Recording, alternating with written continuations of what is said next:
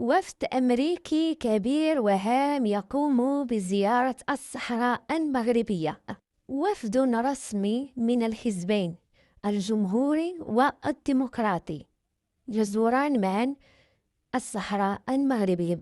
وهناك سؤال مطروح: هل سيتم قطع العلاقات الجزائرية مع نظيرتها الأمريكية؟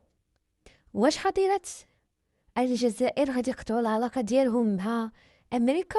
كنتسناو الرد ديالهم، كيف ما مصدعين دائما انهم هما تقولوا اي واحد يزور الصحراء، اي واحد يعترف الصحراء المغربيه غادي نقطعوا العلاقه ديالنا معاه.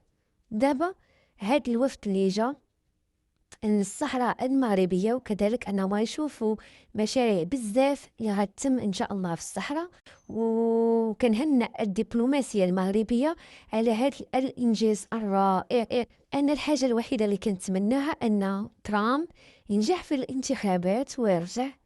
مشيتو فيها يا حضيرة العالم كفتا، مشيتو فيها كفتا، لأنهم كتسناو أن انت غادي تشوفوا وغادي تدخلوا للصحراء، اللي هذا الحلم اللي أنا كنشوفو من سابع المستحيلات.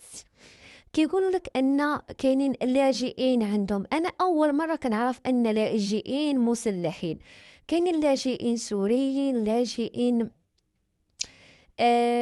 من جميع الدول العالم، ولكن ما عمرني ما عرفت بان اللاجئين حتى هما كيكون عندهم الاسلحه. كما كتعرفوا ان النظام الحضيره انهم سلحوا البوليساريو وبقاو انهم يحتلوا بلاد ديالنا، ولكن هيهات هيهات عمركم ما تحلموا، لان حلم مستحيل.